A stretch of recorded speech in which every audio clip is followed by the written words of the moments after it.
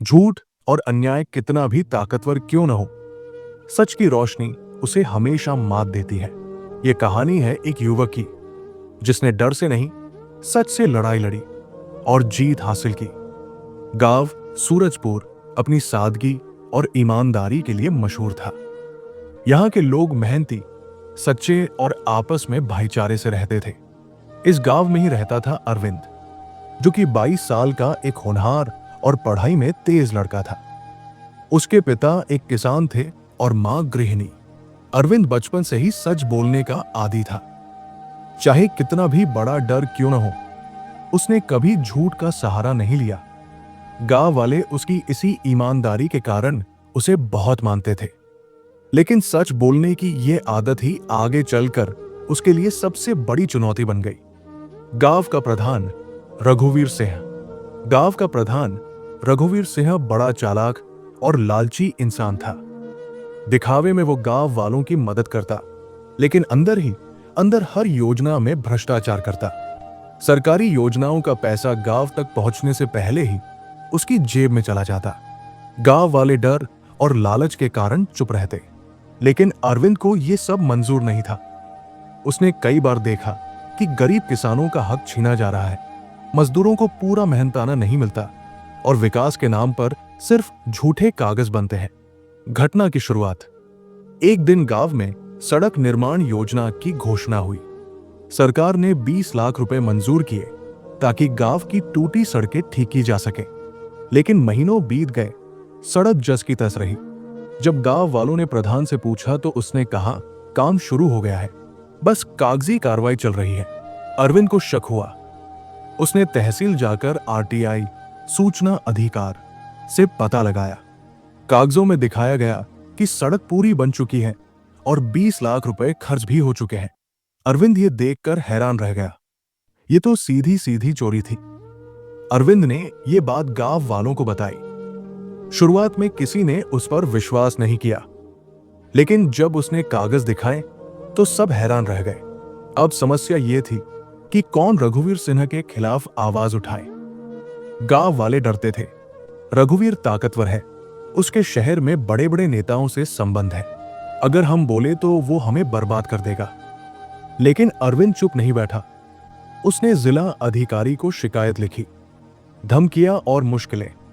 शिकायत की भनक रघुवीर सिंह को लग गई। एक रात उसके गुंडे अरविंद के घर पहुंचे और धमकी दी, बहुत होशियार बन रहा है तू, चुपचाप बैठ जा वरना तेरे परिवार पर बुरा वक्त आ जाएगा। मां बाप डर गए और अरविंद से बोले, बेटा हमें झगड़े में मत डाल, हम गरीब लोग हैं, बड़े आदमी से टकराने की ताकत नहीं रखते। लेकिन अरविंद का दिल कहता था, अगर अभी चुप रहा तो सच कभी जीत नहीं पाएगा। अरविंद ने गांव की पंचायत बुलाई और सबके सामने सच रखा। अगर हम सब मिलकर आवाज उठाएंगे तो रघुवीर कुछ नहीं कर पाएगा, लेकिन अगर हम डरकर चुप रहेंगे तो हमारा हक हमेशा छीना जाएगा। कुछ जवान लड़के उसके साथ खड़े हो गए, पर बुजुर्ग और मजदूर अब भी डर रहे थे। इसी बीच रघुवीर ने चाल चली। उसने झूठे केस में अरविंद पर आरोप लगाया कि उसने पंचायत के पैसे चुराए हैं। पुलिस ने अरविंद को पकड़ लिया। गांव वाले दो हिस्सों में बंट गए। कुछ लोग बोले अरविंद सच बोल रहा है, कुछ बोले अगर प्रधान कह रहा है तो कुछ सच ही होगा। अरविंद जेल में बैठा था, लेकिन उसका मनोबल टूटा नहीं। वो बार बार खुद से कहता, सच की जीत होकर रहेगी। अरविंद के दोस्तों ने हार नहीं मानी। उन्होंने मीडिया को बुलाया और सबूत दिखाए कि सड़क बनी ही नहीं है। पत्रकारों ने रिपोर्ट छापी और टीवी पर भी खबर आ गई।